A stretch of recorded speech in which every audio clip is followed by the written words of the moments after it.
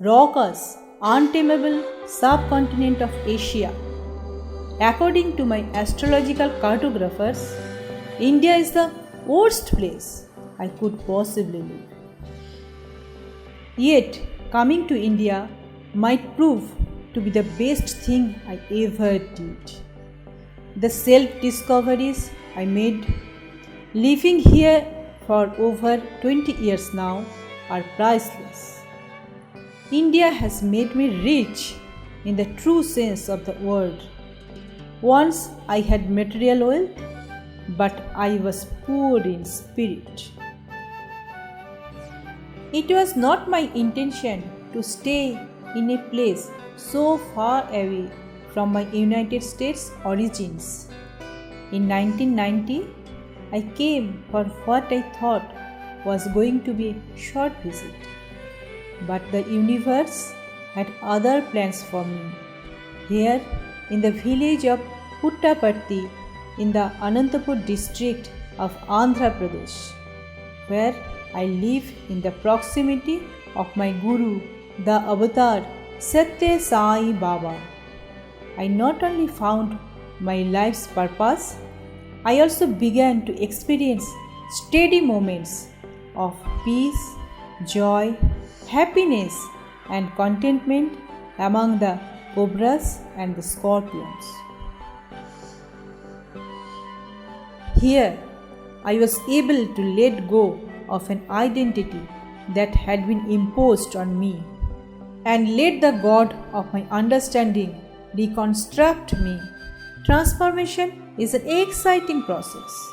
Through my spiritual practice of studying scriptures of various religions, living alongside people from all over the world, from all castes, creeds, and walks of life, I was able to give up desperation and despair, to trade it in for serving others in great need. For example, living and working at an orphanage for blind children in one of the poorest sections of Bengaluru, I came to understand my own blindness, my own inability to see without judgment, my own ego sourced craving for recognition. Satya Sai Baba's teachings kept me safe from haunting memories of my many failures. Like a mother, he taught me to love and respect myself. Like a doctor, he healed me of my self-loathing. And miraculously, he infused me with compassion for those who abused me as a child and teenager. Did Satya Sai Baba change my karma? Perhaps, or he may have intensified it. Sometimes events do get worse before they get better. As a result, I have learned how to live in the mad, materialistic world and to participate in it without becoming a part of it. In many ways, I have liberated myself. I now know that I am the Creator, the Savior, the formless, imperishable one that I was seeking from my earliest childhood, not knowing then that the same I dwells within all beings and all things, known and unknown. The view from my small brick dwelling, which passers-by often say looks like a fairy tale house, is no longer the vast Atlantic.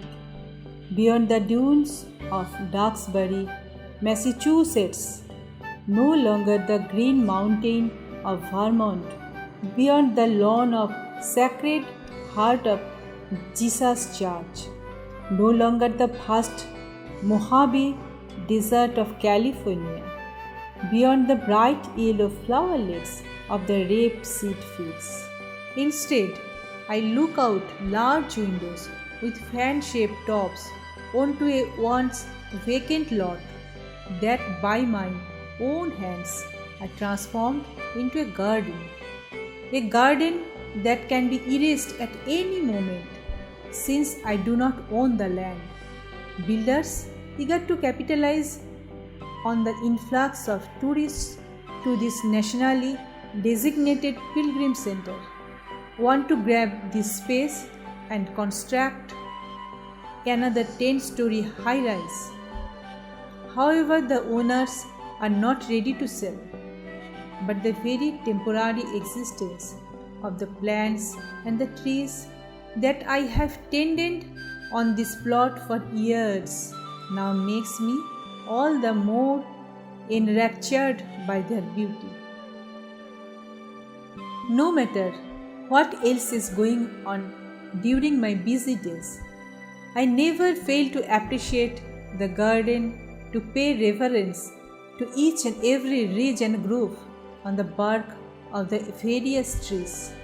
I bow as I regard each tendril of the blush-colored blossoms of the oleander, and my pulse quickens when I note a new tree sprout unfurling. I listen intently to the abundant bird talk, able at last to distinguish the haunting moans of the mud-colored cuckoo from the manic chatter of the chartreuse parrot. I can tell the frantic screams of the chickadee when crows come to rob her nest, from the guttural cries of the finch when the same fate befalls her. The buzz of a honey-making bee has a different tone than the buzz of the industrious wasp. When a coconut branch falls in the night, it makes a slow swishing before it lands with a thud.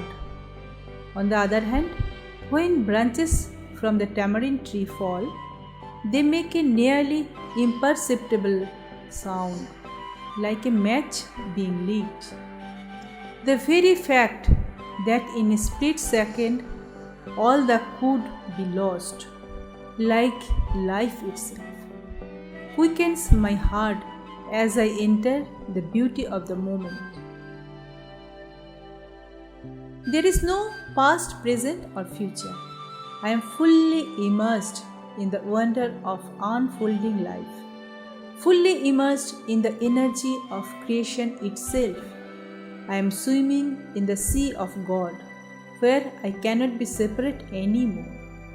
The isolated insular existence of my lifelong introspection has borne fruit here. It has exploded into cargoes of juicy mangoes, ripe and ready to be eaten now. Here, I am merged not just with the passing clouds of family, friends, loved ones. I am merged with the infinite plenitude of my own being. My days begin early, about 4:30 in the morning. At that time, I can hear the singing of the song that wakes up God coming from the ashram mandir. I can hear the song of praise to God emanating from the mosque nearby. I can hear my own heart beating. At first light, I enter the garden and just sit in the silence. It is not so much meditation as it is entering a state of keen awareness. I become hyper vigilant of my surroundings, outer and inner. In Duxbury, Massachusetts, the summer flood tide came to make exotic the mundane. Once a year, love burst upon us and washed us clean of our longings. Here, in the vortex of the flood tide of the world, I am no longer the doer, the seeker, the one who wants. I am love itself. Yes, once I wore the labels of student, wife, mother, patient, poet, investigative journalist, adjunct faculty, seeker. Just as I once wore Western style clothes, now I dress in regional wraps, saris, dupattas, salwar sets. But I am naked, a witness. And I am married only to myself. I am nobody and everybody at once. I have entered the flood tide night, Satchidananda India. May it last forever.